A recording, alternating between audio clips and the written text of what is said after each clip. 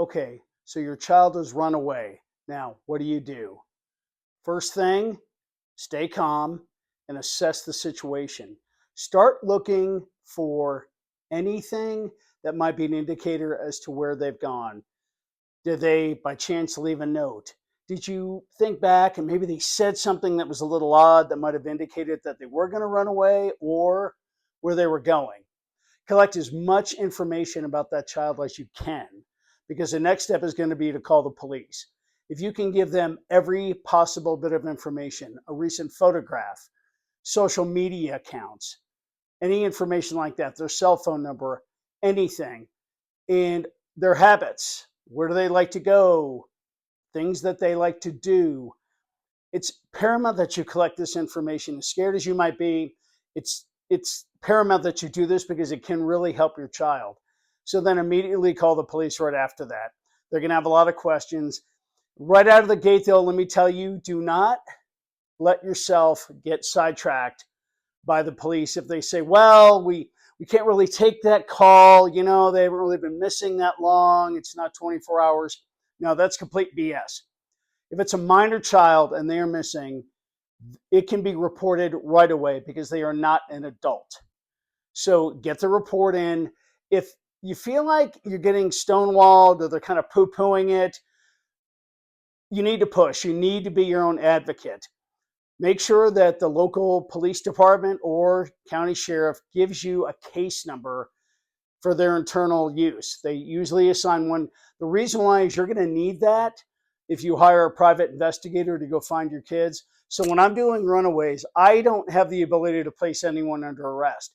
But if I find a child, I can call local law enforcement and give them the police report number that was filed, even if it's not in the jurisdiction. Then they've got something to work with. Without that, it makes things a lot more difficult. So keep that in mind.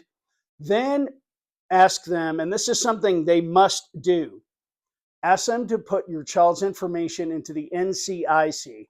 That's the National Crime Information Center. It's a database that collects information from all across the United States. It's operated by the FBI. That also generates a case number, and make sure that you keep both the case number for the local law enforcement entity and NCIC handy. You want to hold on to those, okay? Then you got to get moving on things. Start alerting friends, neighbors, classmates, reach out to them, start contacting them.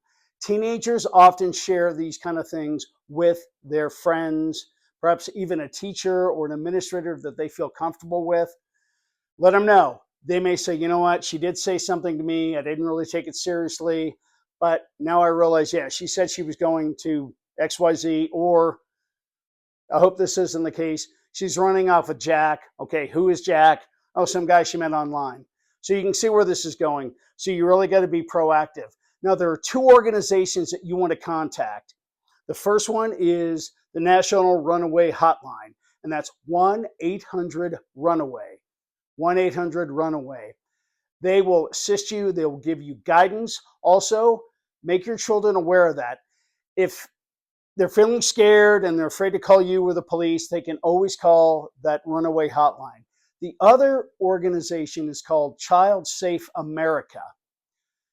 When you call them, they will assign a caseworker and they will help you build a process to get your kid back. They will also offer to put up and create a missing child flyer for you.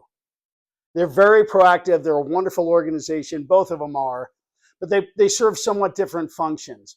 So Child Safe America, call them and they will be very proactive. They will also reach out to other organizations. They have the ability to blast stuff over the internet.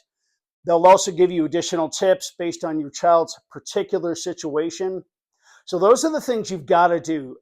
You've got to be your own advocate, as I've said, and don't allow yourself to be, pushed aside. Runaways happen a lot, and sometimes the police say, well, it's just another runaway kid. Well, except in this case, it's your kid, so you've got to be the advocate. All right, I've beaten that to death. Enough of that. You get the idea.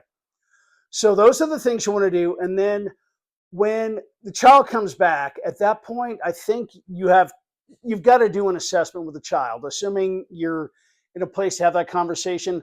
Why did they run away? Were they being bullied? Are they being sexually abused? Are they being physically abused? A lot of these things happen within the home. It could be a sibling, it could be a step parent, it could be a biological parent. It could also be another family member, a neighbor, things like that.